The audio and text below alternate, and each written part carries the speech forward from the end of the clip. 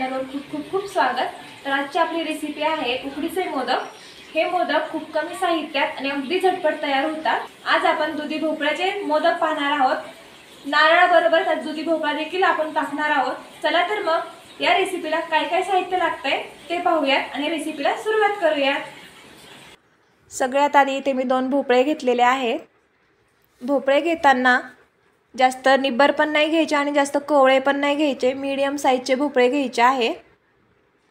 तर दोन्ही साइजची मी त्याची समोरचे काप कापून घेत आहे। समोरचे टोक कापून घ्यायचे आहे। आपण बटाटे सोलतो ना त्याच्या मदतीने भोपळा सोलून घ्यायचा आहे, त्याची साल काढून घ्यायची आहे। हळूवारपणे घ्यायचे आहेत काढून, मी ज्या प्रकारे काढते त्या प्रकारे।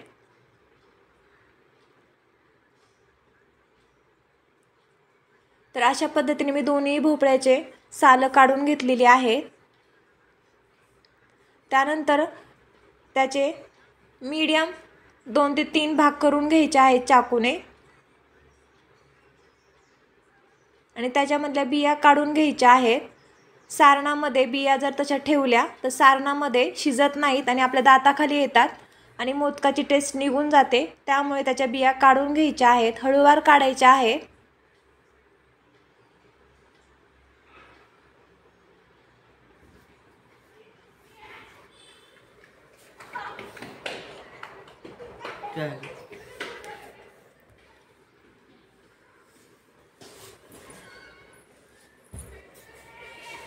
अशा पद्धतीने मी भोपळ्याच्या साली काढून घेतलेल्या आहेत। त्यानंतर किसणीच्या मदतीने मी किसून घेत आहे भोपळा।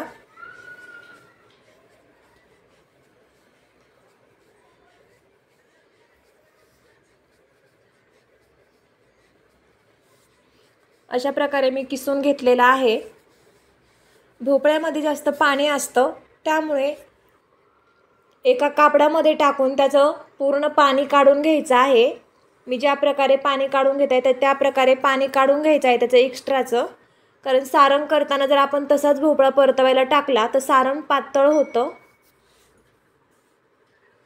बघू शकता अशा प्रकारे पाणी काढून घ्यायचं आहे त्यातलं। त्यानंतर कापडामधला भोपळ्याचा किस ताटामध्ये काढून घ्यायचा आहे। आता इथे काय करायचंय, भोपळा किसलेला भोपळा काळा लगेच पडतो, तो काळा पडू नये म्हणून लगेच परतवून घ्यायचा आहे, तसाच ठेवायचा नाही। मी गॅसवरती कढई गरम करून घेतलेली आहे, त्याच्यामध्ये 2 चमचे तूप टाकून घेतलेला आहे आणि किसलेला भोपळा मी त्याच्यामध्ये टाकून घेतलेला आहे। मोदकच्या सारणासाठी मी जे सारण तयार करत आहे भोपळा आणि खोबरं याचं सारण खूप छान होतं आणि ह्या सारणाचे मोदक खूप टेस्टी लागतात खायला। 1 ते 2 मिनिटांसाठी छान परतवून घ्यायचं आहे। त्यानंतर त्याच्यावरती झाकण ठेवून परत 1 ते 2 मिनिटांसाठी छान शिजवून घ्यायचा आहे भोपळ्याचा किस। बघू शकता 2 मिनिटांनंतर आपला भोपळ्याचा किस शिजलेला आहे आणि पाणी सुद्धा आटलेलं आहे त्याच्यामधलं।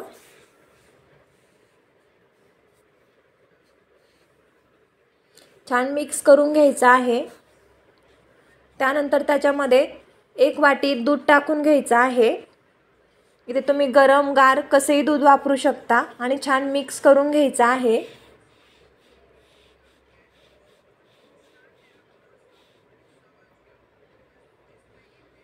झाकण ठेवून 1 मिनिटासाठी वाफ देऊन घ्यायची आहे।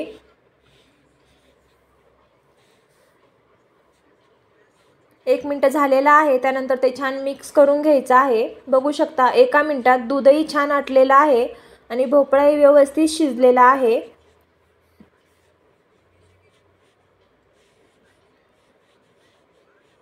छान मिक्स केल्यानंतर त्याच्यामध्ये 1 चमचा रंग टाकायचा आहे, हिरवा रंग टाकून घ्यायचा आहे, कारण सारणाला खूप छान कलर येतो कलर टाकल्याने। त्याचबरोबर 1 वाटी साखर टाकून घ्यायची आहे। मी तिथे 2 भोपळे घेतले होते, 2 भोपळ्याला 1 वाटी साखर पुरेशी होते। खूप गोडही होत नाहीत आणि खूप कमी गोडही होत नाहीत, मीडियम होतात। तुम्हाला जर गोड जास्त आवडत असेल तर तुम्ही साखर अजून टाकू शकता त्याच्यामध्ये।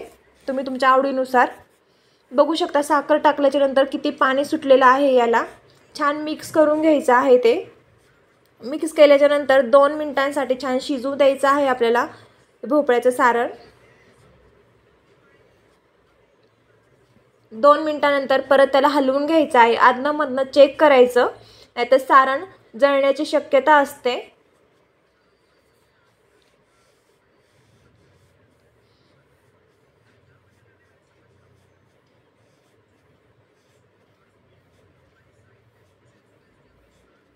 दोन ते 3 मिनिटानंतर आपलं सारण छान शिजतं आणि पाणीही सगळं आटतं त्याच्यामधलं. बघू शकता तुम्ही बऱ्यापैकी पाणी आटलेलं आहे आपल्या सारणामधलं. छान मिक्स करून घ्यायचं आहे ते.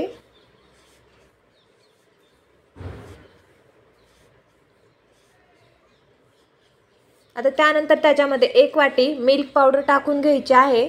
तुम्ही मिल्क पावडरऐवजी खवासुद्धा इथे वापरू शकता. ते पटपट मिक्स करून घ्यायचं आहे. त्याच्या गाठी अजिबात होऊ द्यायच्या नाहीत.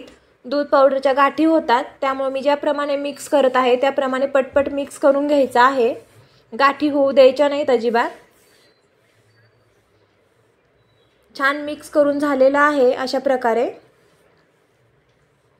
त्यानंतर त्याच्यामध्ये 1 वाटी खोबऱ्याचा किस घेतलेला आहे मी. सुक्कं खोबरं आहे. छान मिक्स करून घ्यायचं आहे. भोपळ्याचं आणि खोबऱ्याचं एकत्र सारण खूप छान लागतं आणि मोदक खूप टेस्टी होतात. तर नक्की ट्राय करा ही रेसिपी. खूप छान होते. खायलाही याची टेस्ट अप्रतिम आहे. छान मिक्स करून घ्यायचं आहे. तर बघू शकता आपलं सारण पूर्ण शिजलेलं आहे आणि कोरडं झालेलं आहे. त्यानंतर त्याच्यामध्ये विलायची पावडर टाकून घ्यायची 1 चमचा आणि छान मिक्स करायचे. विलायची पावडर टाकताना कधी पण गॅस बंद केल्यानंतरच टाकायची. त्याचा फ्लेवर सारणामध्ये तसाच राहतो. जर आपण शिजत असताना विलायची पावडर टाकली तर त्याचा फ्लेवर निघून जातो, वास येत नाही.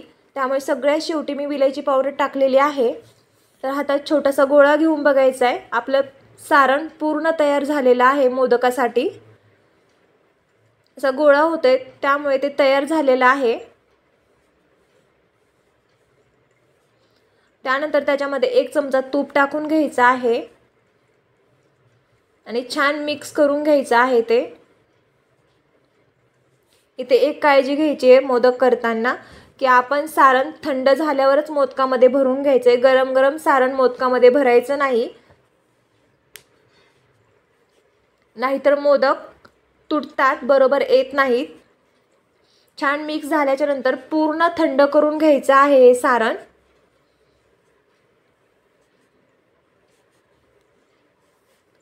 सारणही थंड होतंय तोपर्यंत आपण पारीसाठी पीठ तयार करून घेऊया. त्यासाठी मी इथे तांदळाचं पीठ घेतलेलं आहे. तुम्ही इथे कोणत्याही क्वालिटीचं तांदळाचं पीठ घेऊ शकता, तुम्हाला जो तांदूळ आवडते तो. तर 1 वाटी मी इथे तांदळाचं पीठ घेतलेलं आहे.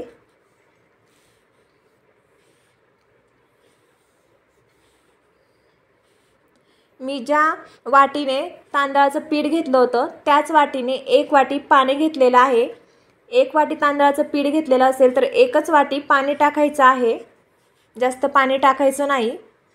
त्यानंतर त्याच्यामध्ये मी तूप टाकून घेतलेलं आहे 1 चमचा आणि ह्या पाण्याला छान उकळी येऊ द्यायची आहे.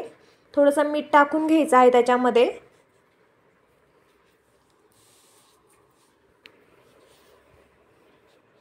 पाण्याला छान उकळी आलेली आहे. तर हळूहळू तांदळाचं पीठ टाकून घ्यायचं आहे त्याच्यामध्ये. गाठी होऊ द्यायच्या नाहीत. हळूवारपणे मिक्स करून घ्यायचं आहे सगळं.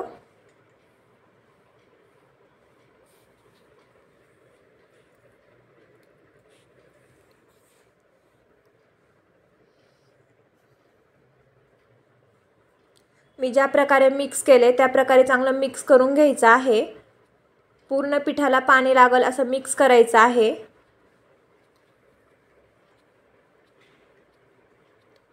आता गॅस बंद करायचा आहे आणि त्याच्यावरती झाकण ठेवून 2 ते 3 मिनिटं असंच ठेवायचं आहे. कारण त्याच्यामध्ये जी वाफ असते ना त्या वाफेमध्ये आपलं सारण शिजलं जातं, पीठ छान शिजलं जातं. तर बघू शकता आपलं पीठही छान शिजलेलं आहे, उकड छान झालेली आहे. तर ते परातीमध्ये टाकून घेत आहे. गरम असल्यामुळे मी ते मॅशरच्या मदतीने पीठ तयार करून घेत आहे. तुम्ही वाटीनेही तयार करून घेऊ शकता. पीठ छान मऊसरच तयार करून घ्यायचं आहे.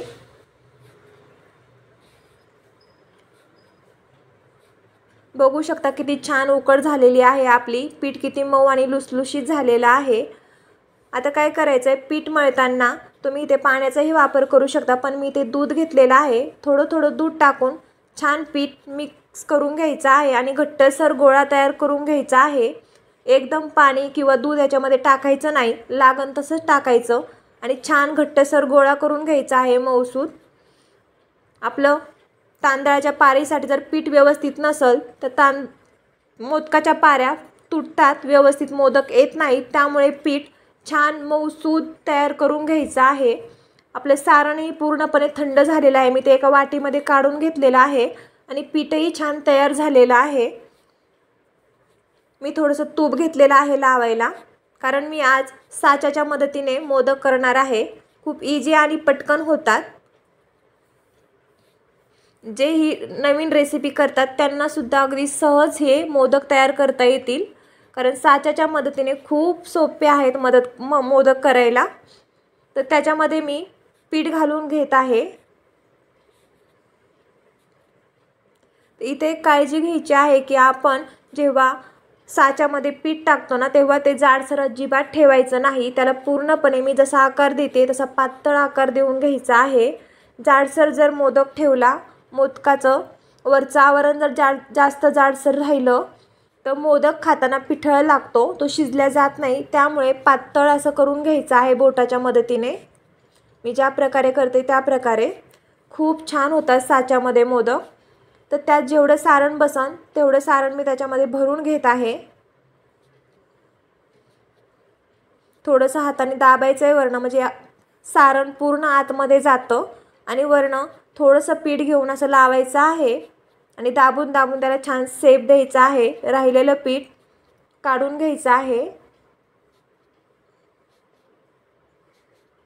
आता हातावरती या प्रकारे घ्यायचा आहे मोदकाचा साचा आणि अशा प्रकारे दाबून दाबून त्याला शेप द्यायचा आहे. अशा प्रकारे दाबून दाबून शेप दिला ना, मोदकाचं सारण पूर्ण आतमध्ये जातं आणि मोदक छान तयार होतो.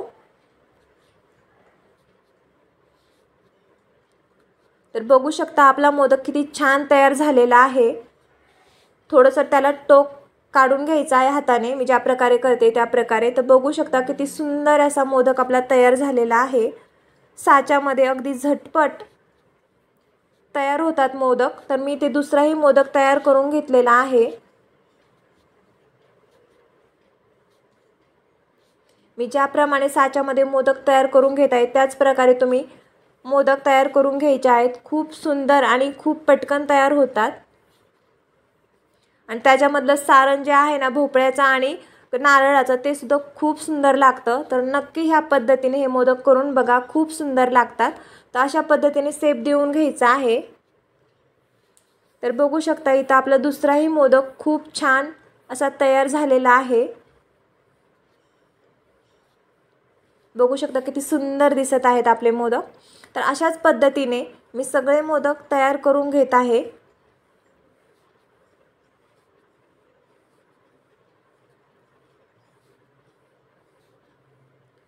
तर मी सगळे मोदक इथे तयार करून घेतलेले आहेत. बघू शकता किती सुंदर दिसत आहेत आपले मोदक. तर मोदक उकडण्यासाठी मी गॅसवरती कढई ठेवलेली आहे. गॅस पेटवून त्याच्यामध्ये पाणी टाकलेलं आहे आणि त्याच्यामध्ये एक स्टँड ठेवलेला आहे आणि त्याच्यावरती एक मी चाळण ठेवलेली आहे. तर पाणी छान गरम झालेलं आहे. त्याच्यावरती एक एक करून मोदक ठेवून घेत आहे मी.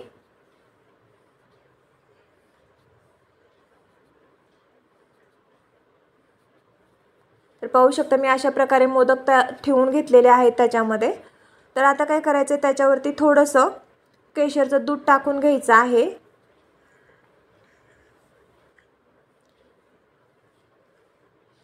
केशरचं दूध टाकल्याने मोदकाला छान टेस्ट येते आणि दिसायलाही खूप सुंदर होतात.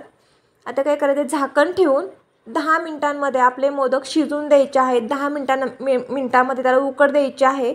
10 मिनिटांमध्ये छान उकडून होतात आपले मोदक।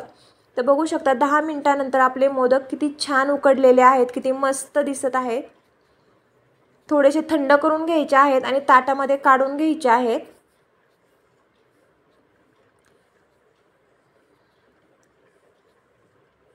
अलगद हाताने काढून घ्यायचे आहेत, कारण उकडीचे मोदक आहेत, खूप नाजूक असतात। बघू शकता किती छान आणि मस्त तयार झालेले आहेत आपले उकडीचे मोदक।